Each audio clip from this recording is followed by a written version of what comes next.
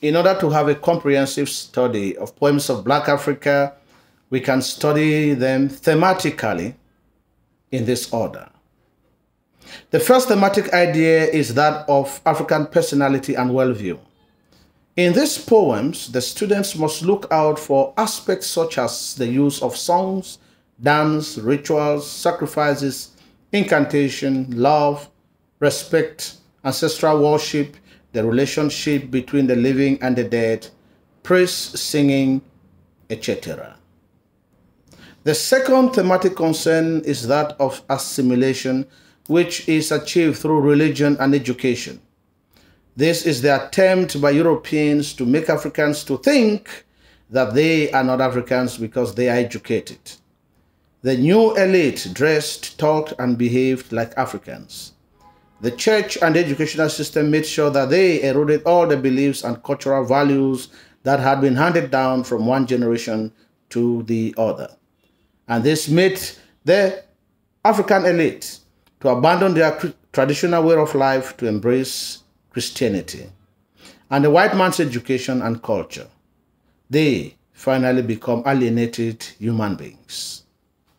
The third thematic concern that has to be talked about is colonialism, which had two phases. That is, to conquer and administer or rule. The white man instituted a policy of assimilation to make the young Africans to forget who they are, and this period is characterized by discrimination, man's inhumanity to man, deprivation, and domination. The fourth thematic concern is that of the rise of Pan-Africanism and the philosophy of negritude. The indignities of slave trade and the many prejudices had pushed the apostles of this philosophy to start some form of protest. This philosophy is characterized by rebellion, rejection of anything European, adoration of anything African or black, etc. This philosophy sees beauty in the black color, literature, culture, personality, the African landscape. They also condemn alienation and those who sell out. Furthermore, the students must take into consideration the implantation of apartheid in the southern part of Africa. It is principally characterized by discrimination based on color and race. The system is characterized by violence, molestation, deprivation, poverty, neglect, and man's inhumanity to man.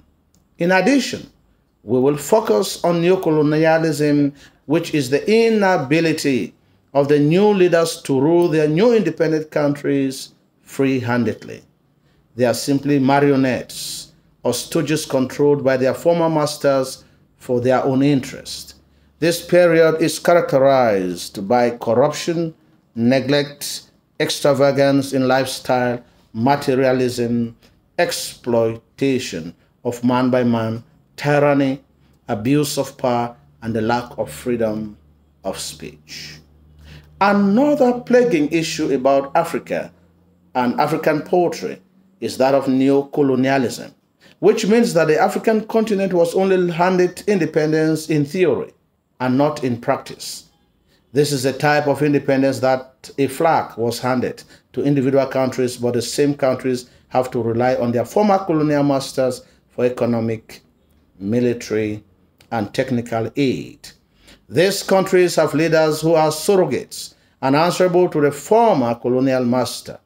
Whenever they do not toe the line with the policies dictated on them by the colonial leaders, they are removed through coup d'etats organized and planned by the foreign master. Consequences. Consequently, the resources of the African continent are in the hands of the colonial master, who uses it to develop their countries, while Africa remains in poverty and experiences underdevelopment. These new African leaders are mere stooges who close their eyes to the exploitation that is going on in their various countries. Lastly, we should note that though African poets want to showcase African themes, African personality, they are also interested to handle universal themes. Above all, they are social critics, and through their poetry, they want to effect change positive change in their various countries. They satirize aspects such as abuse of power, corruption, man's inhumanity to man, moral decadence, exploitation, hypocrisy, violence, neglect, misery, poverty, deprivation, etc. For purpose of better understanding, the poems will be treated with respect to the regions where the poets come from. Later on, the poems will be classified according to thematic considerations. The African poet has always functioned as a keeper of good records of the woes and experiences of the society and the voice of the people. The fact that the poet is concerned about the sanity of the society brings him in constant conflict with stooges who rule their various societies. This type of thinking has given rise to protest literature, which has shifted from criticizing the white man to criticizing their own leaders who have failed to live up to expectation.